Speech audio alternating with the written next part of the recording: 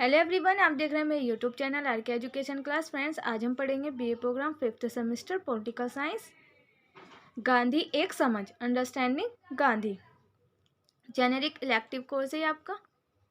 इसके हम first chapter पढ़ेंगे आज, स्वराज।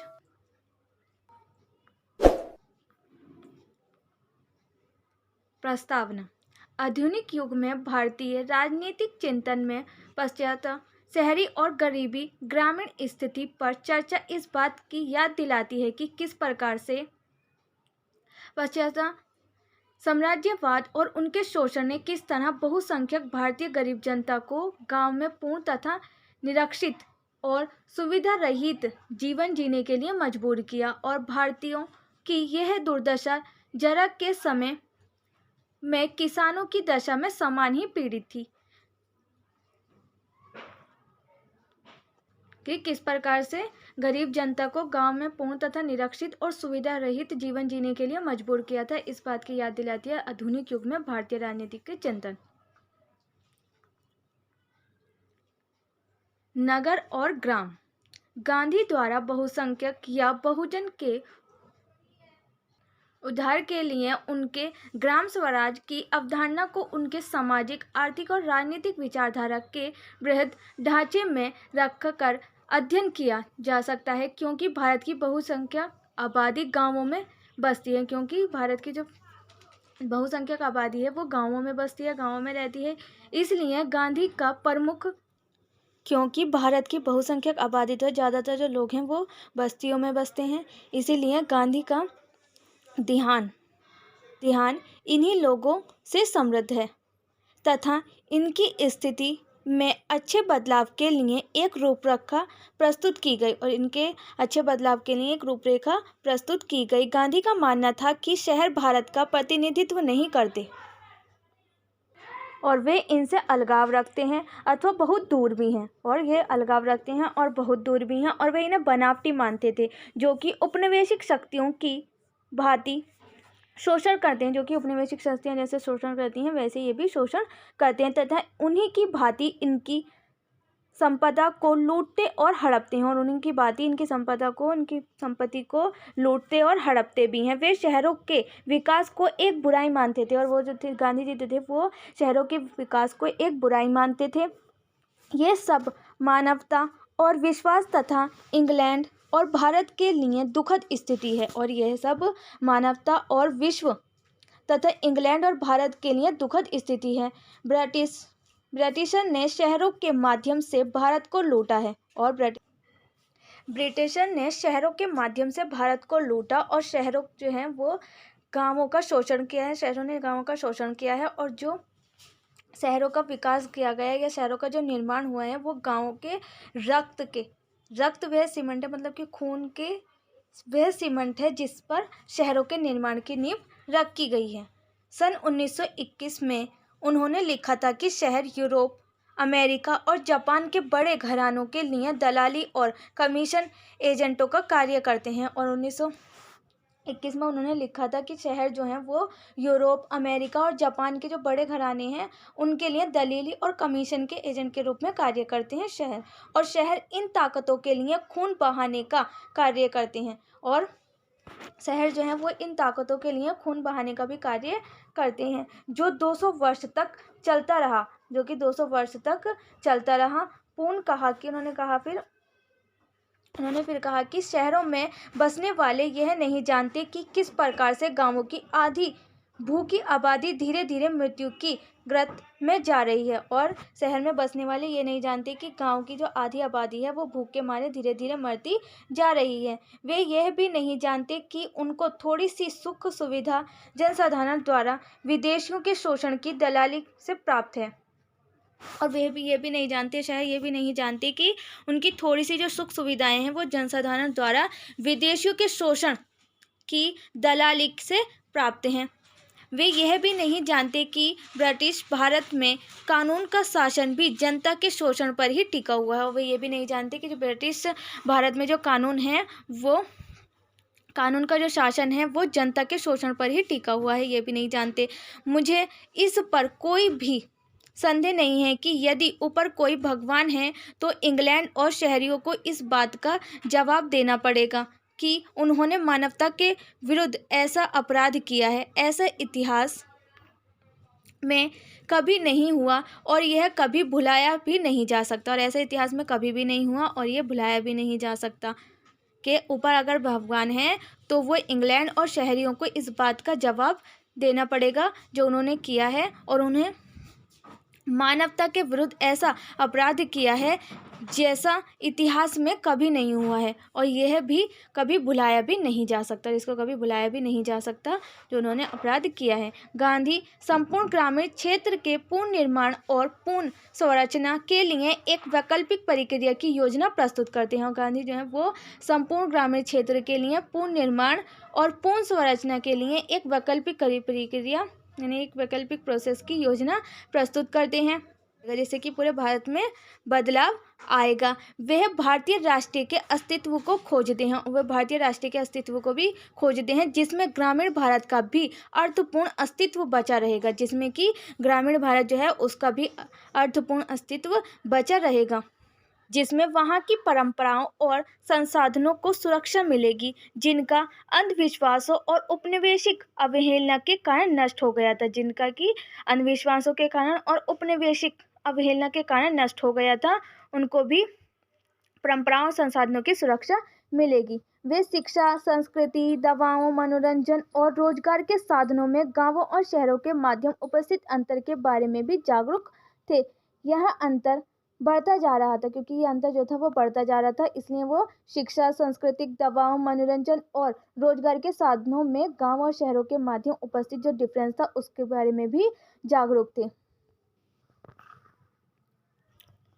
क्योंकि ये अंतर बढ़ता ही जा रहा था, जिससे कि गांधी जी रोकना चाहते थे और साथ साथ गाँवों की समृद्धि और विकास के बारे में भी देखना चाहते थे। यद्यपि वे शहरों के आलोचक थे, परंतु वे उनकी संपत्ति के पक्षधार नहीं थे। वे उनकी शहरों की आलोचना तो करते थे, बट उनकी जो संपत्ति थी उसके पक्षधार नहीं थे। वे उनके सुधार और उनकी वास्तविक स्थिति में स्थापित करना चाहते थे। वे उनके सुधार और उनकी वास्तविक स्थिति जो है वो उसमें ही स्थापित करना चाहते थे। इसके अतिरिक्त यद्यपि गांव ने शहरों की संरचना के लिए कोई ठोस प्रस्तुति नहीं दी, और इसके यद्यपि क्या हुआ, शहरों की संरचना के लिए कोई ठोस प्रस्तुति भी नहीं दी, परंतु उन्होंने उनके बारे में 3 सामान्य सुझाव दिए, लेकिन उनके लिए कोई संरचना नहीं दी, ठोस प्रस्तुति नहीं दी उनकी संरचना के लिए, लेकिन उनके लिए 3 सामान्य सुझाव दिए। फर्स्ट, शहरों की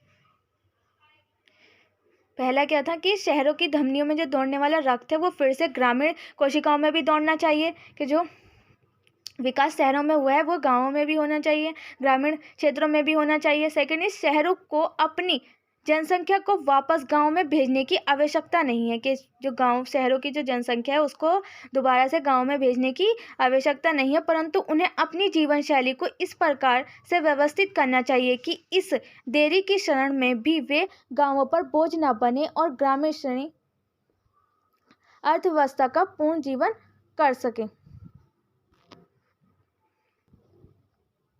समग्र ग्रामीण अर्थव्यवस्था की तस्वीर में शहरों का स्वाभाविक स्थान हो तथा वे अस्वाभाविक तंग या विकृत न लगें, जैसे कि आज दिखाई दे रहे हैं। वे स्वाभाविक स्थान हो लेकिन वे अस्वाभाविक न लगे, तंग या विकृत न लगे, जिससे कि वे आज दिखाई दे रहे हैं, जैसे आज दिखाई दे रहे हैं वैसे वे दिखाई न दे। शक्ति की गत्यात्मक अथवा सक्रियता को समझते हुए गांधी ने ग्रामीण शक्तिकरण के लिए ग्राम समुदाय के लिए कुटीर उद्योग की निरंतरता का तर्क दिया था, क्योंकि वही ग्रामीण अर्थव्यवस्था का एक मुख्य आधार था, क्योंकि वही ग्रामीण अर्थव्यवस्था का एक मुख्य आधार था। औद्योगिकीकरण के दुष्परिणामों पर प्रकाश डालते हुए उन्होंने माना है कि यह व्यवस्था ग्रामीण जीवन को तहस नहस कर देगी, और औद्योगिकरण के दुष्परिणामों पर उन्होंने जब प्रकाश डाला, उस पर ध्यान दिया, तो वो ये मानते हैं कि यह व्यवस्था जो है वो ग्रामीण जीवन को तहस नहस कर देगी, यानी कि बर्बाद कर देगी, खराब कर देगी, तथा हजारों लोगों को विस्थापित कर देगी। यानी कि जब औद्योगिकरण होगा तो जो गांव में रोजगार के लिए काम करते हैं लोग, वो तहस नहस हो जाएंगे, उनको काम नहीं मिल पाएगा। जबकि कुटीर उद्योग इस छोटे से समुदाय की अर्थव्यवस्था को प्रभुत्व आधार प्रदान करने के साथ साथ उनके जीवन में खुशी और गुणात्मक परिवर्तन को बढ़ावा देगा। और साथ ही जो कुटीर उद्योग है वो छोटे छोटे समुदायों को उनकी अर्थव्यवस्था में गुणात्मक और सुखी जीवन छोटे समुदायों में ही संभव है, ना कि बड़े शहर में संभव है। यानी कि छोटे समुदायों में ही संभव है सुखी और गुणात्मक जीवन, बड़े शहरों में ऐसा संभव नहीं है, गांधी जी मानते थे। गांधी जी मार्कस और एंजल्स की भांति ग्राम और शहरों के बीच एक नई समझदारी विकसित करने के पक्षधर थे। और गांधी जी जो थे वो ग्राम और शहरों के बीच एक नई समझदारी विकसित करने के पक्षधर थे, यानी कि समझदारी विकसित करने के पक्ष में थे। वे गांवों की कीमत पर शहरों की समृद्धि के विरुद्ध थे, यानी कि वे गांवों की कीमत पर शहरों की समृद्धि यानी कि हम कह सकते हैं कि गांवों का विकास न हो, शहरों का ही विकास हो, उस कीमत पर वो नहीं चाहते थे कि शहरों का विकास हो, यानी कि गांवों का भी विकास होना चाहिए और शहरों का भी विकास होना चाहिए, ये मानते थे गांधी जी। क्योंकि वहीं पर भारत की बहुसंख्यक आबादी रहती है, क्योंकि गाँवों में ही भारत की ज़्यादातर आबादी रहती है। अधिक नहीं तो गांव भी शहर से कम महत्वपूर्ण नहीं है, और हम कह सकते हैं कि गांव अधिक महत्वपूर्ण नहीं है, ऐसा नहीं है अधिक ना हो, बट गांव भी शहरों की भांति कम महत्वपूर्ण नहीं है। उनके औद्योगिकीकरण और नवीन तकनीकी संबंधित विचार हमें उनके ग्रामीण जीवन के पूर्ण उत्थान के अत्यधिक महत्व को समझने में मदद करते हैं, और उनके ग्रामीण जीवन के जो पूर्ण उत्थान है वो अत्यधिक महत्व को समझने में हमारी मदद करते हैं। ग्राम स्वराज। गांधी जी सभी प्रकार के पश्चिमी औद्योगिकरण के प्रतिमानों के घोर आलोचक थे, क्योंकि वे भौतिक संसाधनों का उत्पादन बढ़ाने और नैतिक मूल्यों की दूरी पैदा करने वाले थे। क्योंकि जो औद्योगिकरण थे वो भौतिक संसाधनों का तो उत्पादन बढ़ाने वाले थे, लेकिन जो नैतिक मूल्य थे उनमें दूरी पैदा करने वाले थे, इसीलिए वे उनके विरुद्ध थे। ग्राम पंचायत व्यवस्था और ग्राम गणराज्य एक प्रतिनिधित्व लोकतंत्र का प्रतिमान प्रस्तुत करते हैं, और ग्राम पंचायत व्यवस्था और ग्राम गणराज्य एक प्रतिनिधित्व लोकतंत्र का प्रतिमान प्रस्तुत करते हैं, तथा पश्चात औद्योगिकीकरण के संकट से बचने का रास्ता भी दिखाते हैं, तथा जो औद्योगिकीकरण से बचने का रास्ता है वो भी दिखाते हैं। क्योंकि इसके माध्यम से मानवीय आवश्यकताओं की पूर्ति करके आत्मनिर्भरता प्राप्त होती है, क्योंकि इसके माध्यम से अगर मानवीय आवश्यकताओं की हम पूर्ति करते हैं तो इससे आत्मनिर्भरता उत्पन्न होती है। आत्मनिर्भरता बढ़ेगी तो व्यक्ति का सम्मान और गौरव भी बढ़ेगा। और गांधी जी इस बात को भी भली प्रकार से परिचित थे कि वर्तमान कामों की दशा आदर्श नहीं है, कि वर्तमान कामों की जो दिशा है वो आदर्शवादी नहीं है, क्योंकि यह दयनीय है। इसलिए वे ग्रामीण दशा में सुधार करना चाहते थे, ताकि सत्य और अहिंसा का सह अस्तित्व बना रहे, जिससे गांवों में सहयोग, एकता। गांधी जी गांवों का व्यापक विकास देखना चाहते थे, जिसमें कि सत्य और अहिंसा मुख्य आधार हो, जिसमें वे ऐसे गांव का विकास देखना चाहते थे जिसमें कि सत्य और अहिंसा मुख्य आधार हो। गांधी की इस रूपरेखा को तैयार करने का सारा श्रेय कुमार पप को जाता है। ग्राम स्वराज का ढांचा कुमार पप की पुस्तकों में प्रस्तुत किया गया है, और प्रथम पुस्तक जो है वो गांधी की अर्थव्यवस्था के दार्शनिक विचारों से समृद्ध है, जिसे गांधी अर्थव्यवस्था अधिकतर दर्शन का घोषणा पत्र कहा जा सकता है, जिसे कि गांधी अर्थव्यवस्था का अधिकतर दर्शन का घोषणा पत्र भी कहा जा सकता है। औद्योगिकरण और शहरीकरण में देहात का सबसे अधिक नुकसान हो रहा है। उनका मानना था कि औद्योगिकरण किसी के विनाश पर आधारित है, और उनका मानना था, गांधी जी का मानना था कि औद्योगिकरण जो है वो किसी के विनाश पर आधारित है, और इससे सबसे अधिक हानि कृषि धंधे की हुई है, क्योंकि औद्योगिकरण जो है वो किसी के विनाश पर आधारित है, और इससे सबसे ज़्यादा तो अधिक हानि हुई है, अधिक नुकसान हुआ है वो कृषि धंधों को हुआ है, कृषि को हुआ है। प्राकृतिक विश्व पर उद्योगों और कृषि के प्रभाव के संदर्भ में कुमार बाप ने कहा कि कृषि की सभ्यता में प्राकृतिक में अधिक हस्तक्षेप नहीं होता, कि कृषि की सभ्यता में प्रकृति से अधिक हस्तक्षेप नहीं होता। यदि कोई बदलाव भी होता है तो स्वाभाविक प्रक्रिया होती है। अगर कोई भी चेंजेस होते हैं कृषि में तो वो भी एक स्वाभाविक प्रक्रिया होती है। खेतीहार प्रकृति की सहायता करते हैं और खेतीहार जो हैं वो प्राकृतिक की सहायता करते हैं, या प्राकृतिक में जो लंबे समय में होता है उसे जल्दी से पूरा करते हैं, या जो प्राकृतिक में देरी से होता है, लंबे समय टाइम लगता है ज़्यादा, उसे वे जल्दी से पूरा कर देते हैं। औद्योगिक अर्थव्यवस्था में प्राकृतिक में बड़े हिंसक बदलाव आते हैं, क्योंकि मांग के बिना बड़ी संख्या में सामान का उत्पादन होता है, क्योंकि मांग नहीं होती, इतनी डिमांड नहीं होती, बट अधिक से अधिक उसका प्रोडक्शन हो जाता है। और बाद में चतुराई भरे विज्ञापनों के माध्यम से बनावटी मांग उत्पन्न की जाती है, और फिर बाद में क्या किया जाता है, विज्ञापनों के जरिए से बनावटी मांग, यानी कि डिमांड नहीं है बट उसे दिखाया जाता है कि हाँ भाई इस चीज़ की हमें मांग है, तो उसको मांग को उत्पन्न किया जाता है बनावटी तरीके से।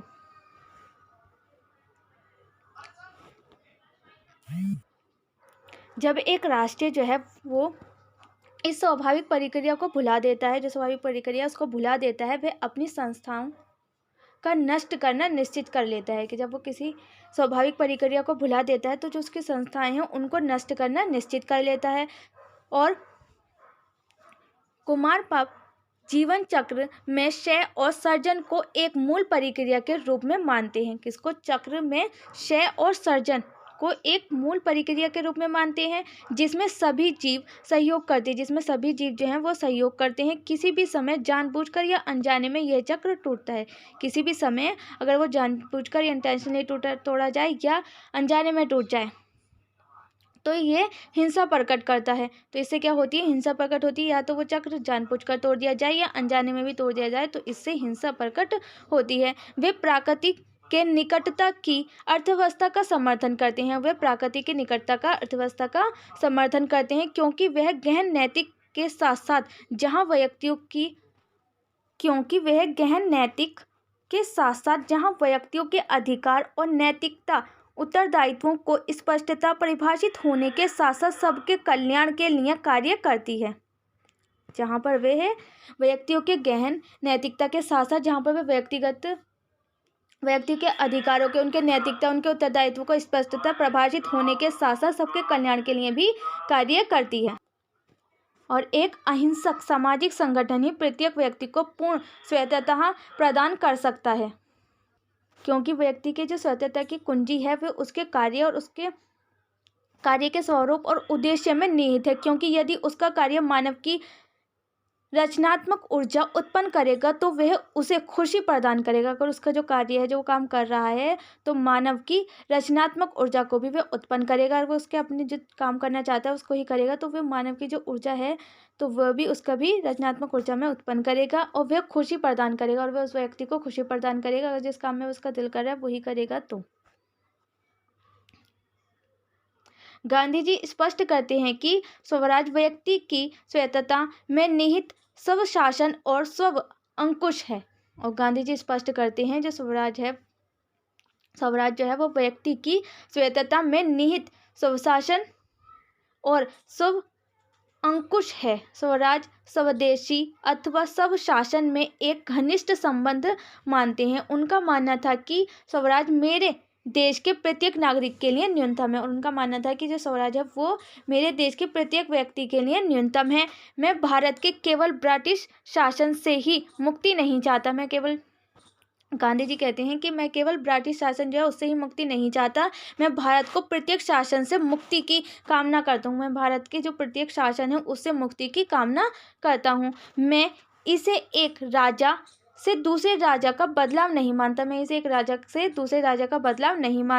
मैं भारत की आज़ादी तब तक नहीं मानता जब तक एक ही व्यक्ति, चाहे वे कितने ही उच्च स्थान पर पदसीन हो, लाखों लोगों के जीवन, संपत्ति और सम्मान को अपने नियंत्रण में लिए हो। यह बनावटी, अप्राकृतिक और असभ्य संस्था है।